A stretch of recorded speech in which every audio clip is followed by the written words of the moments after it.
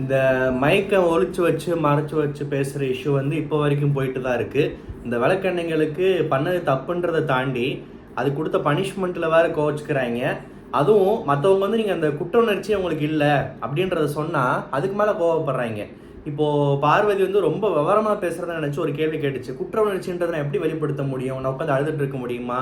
இல்லை உங்கள்கிட்ட வந்து சொல்லிட்டு இருக்க முடியுமா? காலை பிடிக்கணுமா? அப்படி கெஞ்சணும் அப்படின்னு சொல்லிட்டு குற்ற உணர்ச்சியை ஒருத்தன் வந்து ஃபீல் பண்ணுறான், அது ஒருத்தனுக்கு இருக்குன்றதுக்கு முக்கியமான அறிகுறியே வந்து பண்ண குற்றத்தை திரும்ப பண்ணக்கூடாது. ஓகேவா? நீ அழுகாமல் இரு, ஃபீல் பண்ணாத, நீ சொல்கிறதெல்லாம் வந்து பெரிய அறிவாளி மாதிரி தான் இருக்குது. ஓகேவா?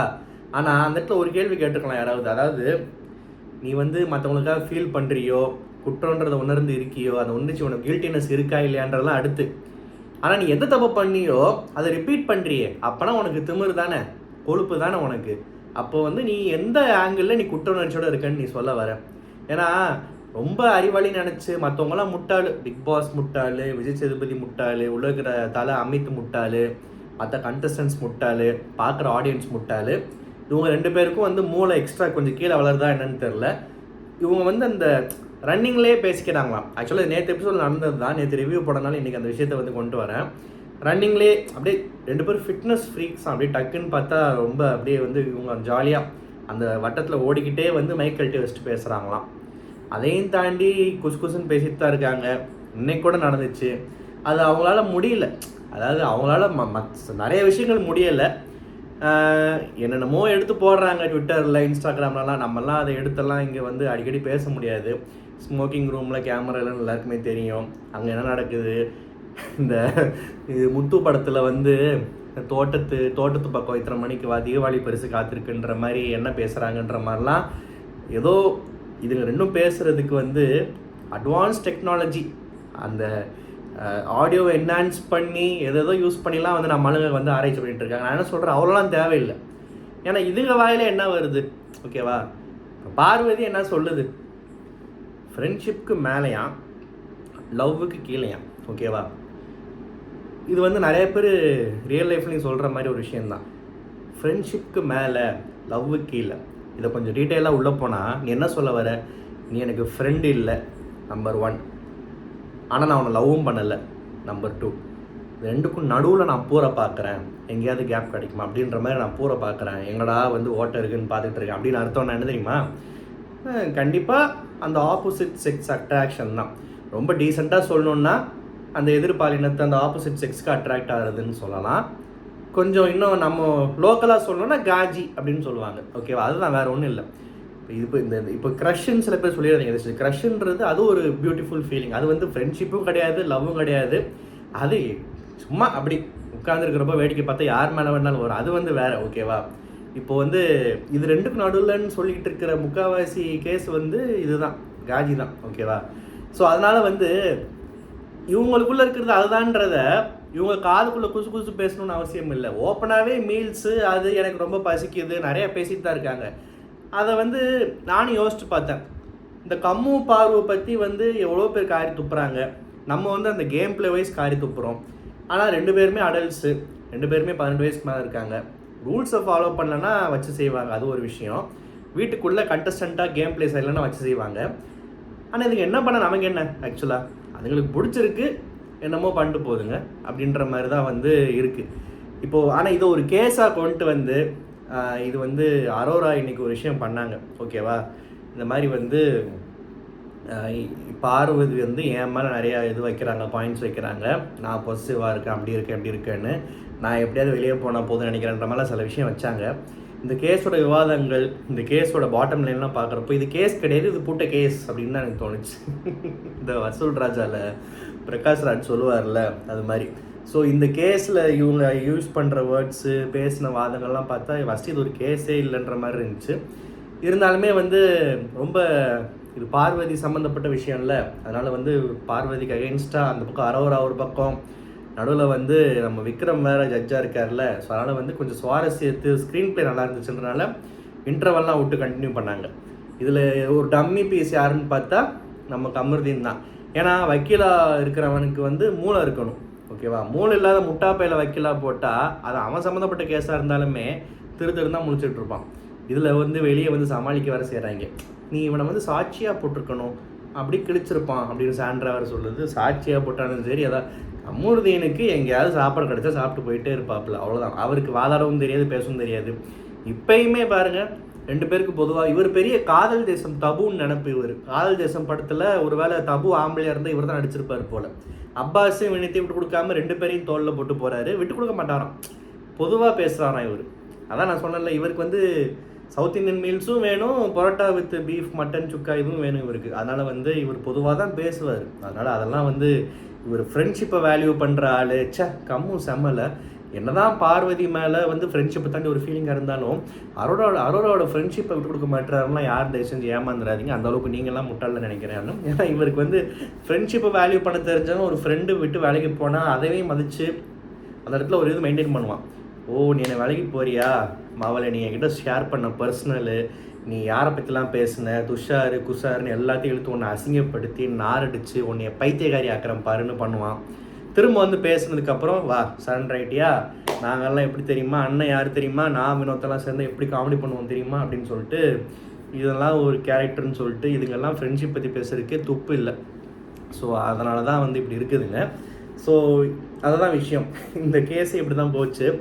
இதில் இந்த விக்ரம் வாதாடுறப்போ வந்து கனம் வக்கீல் அவர்களேன்னு பேசுகிறப்போ வந்து அங்கே அவர் கவுண்டர் தரார். யார், இவ்வளோ ஒரு நியூசன்ஸ் கேஸ் ஒன்று இருக்குல்ல, அது ஒரு நியூசன்ஸ், அது ஒரு குப்பை. அது வந்து உள்ளே வந்து என்ன பண்ணுது, கனம்னு இவர் வெயிட்டர்கள் கிண்டல் பண்ணி இந்த மாதிரி பேசுது. அவர் விக்ரம் வந்து காண்டாக்டாரு, கொஞ்சம் வந்து அவர் சும்மா இருக்க சொல்லுங்கன்னு சொல்லிட்டு இப்படி மூட்டு போய் பின்னாடி உட்கார்றா அப்படின்னு சொல்லாமல் ஜட்ஜிட்ட சொல்லி ரீசெண்டாக சொல்லி விட்டார். அண்டு இந்த அரோரா கேஸ் அப்போ வந்து கமருதீன் ஏதோ ஒன்று சொன்னாலும் இவருக்கு வந்து பார்வதி கிட்ட மட்டும் ஓவர்ஃப்ளோ ஆகிடுச்சான். என்ன ஓவர்ஃப்ளோ, என்ன சொல்ல வராரு?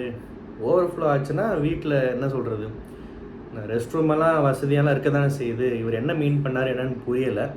ஸோ சொல்கிறதே காமெடியாக இருந்துச்சு. அரோரா கிட்ட ஓகேவாக இருந்தேன், பாரு கிட்ட மட்டும் கொஞ்சம் ஃபீலிங்ஸ் ஓவர்ஃப்ளோ ஆகிடுச்சு அப்படின்றாரு. ஸோ அது ஒரு வார்த்தை, அதெல்லாம் வந்து பேசிகிட்டு இருந்தாங்க. அண்டு முடிச்சுட்டு வெளியே வந்ததுக்கப்புறம் பார்வதி கிட்ட வந்து சாண்ட்ராவும் ரம்யாவும் மிகப்பெரிய ஒரு அட்வைஸ் பண்ணுறாங்க. அதாவது, அவன் உனக்கா எந்த இடத்துல நின்று பேசுனது இல்லை, அவன் டபுள் கேம் ஆடுறான், அவன் அப்படி இப்படி நீ புரிஞ்சுக்கோ அப்படின்னு சொல்லிட்டு.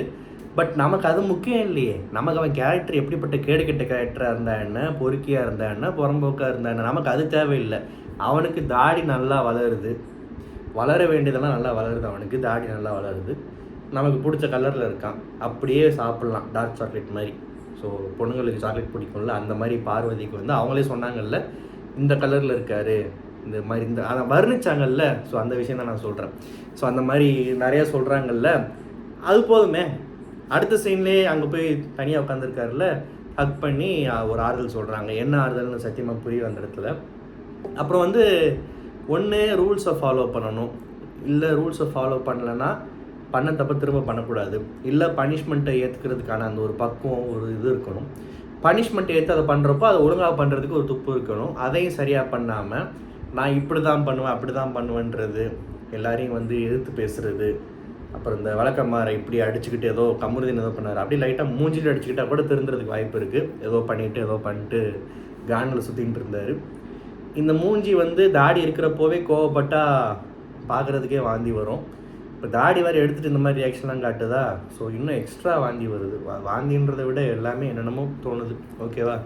ஸோ வந்து இவங்க வந்து இப்போ ட்ரெண்டிங் கப்பில் இவங்க தான். நம்ம அவங்க ரிலேஷன்ஷிப் என்ன, அவங்க என்ன ஒரு ஷோன்னு வந்துட்டாங்க, கையெழுத்து போட்டு கொடுத்துட்டு உள்ளே வந்துட்டாங்க. அந்த மைக் இருக்குது, அந்த ஒரு ஷோ இருக்குது, இத்தனை பேர் பார்க்குறாங்க, ஃபேமிலி. நான் வந்து இந்த ஃபேமிலி ஆடியன்ஸ் பார்க்குறாங்க, இப்படி பண்ணக்கூடாது அப்படி அதெல்லாம் பார்க்குறவங்க யாராக இருந்தால் என்ன, நீ நீ யாருன்றதை வெளிச்சம் போட்டு காட்டுற, இதுதான் நீ அப்படின்னு அப்படியே இருக்கலாம். இல்லை உனக்குள்ளே இருக்கிற ஒரு 10% மட்டும் தான் நீ காட்டுற, நடிச்சுக்கிட்டு இருக்கன்ற மாதிரி இருக்கலாம். இல்லை எவன் என்ன நினச்சாலும் கண்டுக்காமல் இருக்கலாம். பட் இதெல்லாம் பார்க்குறப்போ நீ பண்ணுறதெல்லாம் பார்த்து ஊர் பேச தான் செய்யும். ஒரு கட்சியை சேர்ந்த ஒரு பொம்பளை வந்து இதெல்லாம் இப்போ இல்லை, போன மாதம் பார்வதியை ரொம்ப ஒரு மோசமான வார்த்தையால் விமர்சனம் பண்ணி பேசுது. அது வந்து பிக் பாஸே பார்க்கலையான்னு தெரில. ஆனால் அது பேசுனா தான் அதுக்கு அன்றைக்கி சோறு கிடைக்கும். ஏன்னா வந்த கூட்டத்துக்கு பிரியாணி பொட்டலம் கிடைக்கும். அது எந்த கூட்டம்னு பார்த்தா பிக் பாஸ் தடை பண்ணி இந்த கலாச்சாரத்தை காப்பாற்றுறதுக்கு ஒரு கூட்டம் இருக்கல வெட்டியா. இப்படி தான் வந்து நான் அன்னைக்கு சொன்னேன்ல, இந்த ஐபிஎல் நிறுத்திட்டா பின்னாடி கீழே கழுவுறதுக்கு காவேரி தண்ணி கிடச்சிரும்னு சொல்லிட்டு ஒரு குரூப் கிளம்பிச்சுல, அந்த குரூப்பில் ஒரு குரூப்பு தான் வந்து இந்த போராட்டத்துக்கும் போச்சு. ஸோ இதில் இருக்கிற ஒரு பொம்பளை வந்து இந்த மாதிரி பேசுது. கலாச்சாரத்தை காப்பாற்றுற நாயங்க வந்து உள்ளே இருக்கிற ஒரு பொண்ணை பற்றி இந்த மாதிரி வார்த்தை பயன்படுத்தி பேசுனா, அப்போ இதுலேயே உன் கலாச்சாரம் என்னன்னு புரியுதுன்ற மாதிரி தான் சொல்ல தோணுச்சு. இருந்தாலும் வந்து இப்போது இது வந்து போன மாதம் நடந்தது. போன மாதம் வந்து இந்த அளவுக்கு பார்வதி மேலே வன்மமோ ஒரு நெகட்டிவிட்டியோ இல்லை. அப்போ திவாகர்லாம் இருந்தப்போ கொஞ்சம் வேறு மாதிரி இருந்துச்சு. அப்போ தான் இந்த ஸ்டார்டிங் ஸ்டேஜஸ்.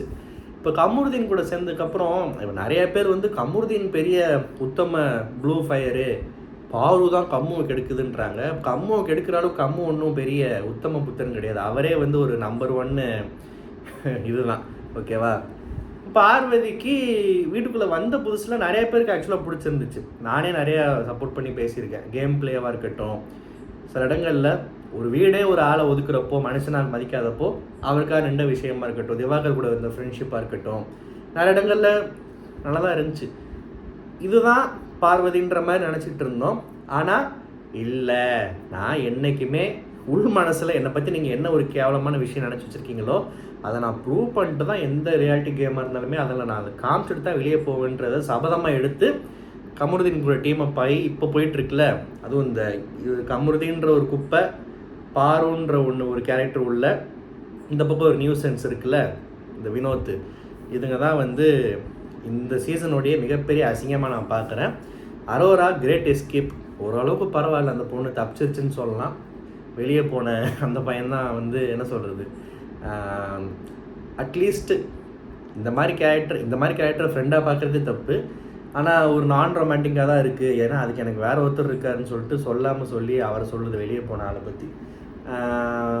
உள்ளுக்குள்ளே வந்து அந்த பொண்ணு ஸ்டார்டிங்கில் விளாண்ட கேமுக்கெல்லாம் வந்து ஏகப்பட்ட பிரச்சனை வந்துச்சு. ஆனால் அந்த பொண்ணு கூட யாரும் திட்டலை பெருசாக, இந்த கட்சிக்காரவங்கெல்லாம். அதெல்லாம் நைட் ஷோ ஒருவேளை நைட்டு லைவ்லாம் பார்க்கல போல். சரி, ஓகே, டாபிக் டைவர்ட்டாக எங்கே போயிட்டுருக்கு, ரொம்ப பழசை பற்றி பேசிகிட்டு இருக்கோம். ஸோ இதுதான் விஷயம். ஆக்சுவலாக இந்த கோர்ட்டு கேஸ் போயிட்டுருக்கு. நேற்று ரிவ்யூவில் மிஸ் பண்ண ஒரு விஷயம், இந்த ஆதிரையோட கேஸையும் இன்னொரு கேஸ்ன்னு நினைக்கிறேன், எஃப்ஜே பார்வதியோட கேஸையும் ரொம்ப கிளவராக மன்னிப்பு கேட்குறேன் இது பண்ணுறன்ற பேரில் எஃப்ஜே வந்து முடிச்சு விட்டாப்புல. ஆதிரைக்கு ஒரு கிடைச்ச ஒரு வெற்றியாக இருந்தாலுமே அது ஒரு எமோஷ்னலாக ஒரு வெற்றி இல்லை, கன்வின்சிங்காக இல்லை. ஆனால் திரும்ப போய் கட்டி பிடிச்சி பேசிக்கிட்டு திரும்ப இது பண்ணிட்டு தான் இருக்காங்க. ஆதிரை ஒரு நல்ல கண்டஸ்டன்ட் தான். ஆனால் தேவையில்லாமல் இந்த எஃப்ஜேயோட வலையில் மாட்டிக்கிட்டு என்னோட சந்தோஷமும் இதுவும் ஓகேல தான் இருக்குன்ற மாதிரி துப்பாக்கியை பிடிங்க எஃப்ஜே அப்படின்னு பண்ணதெல்லாம் தேவையில்லாத விஷயந்தான்.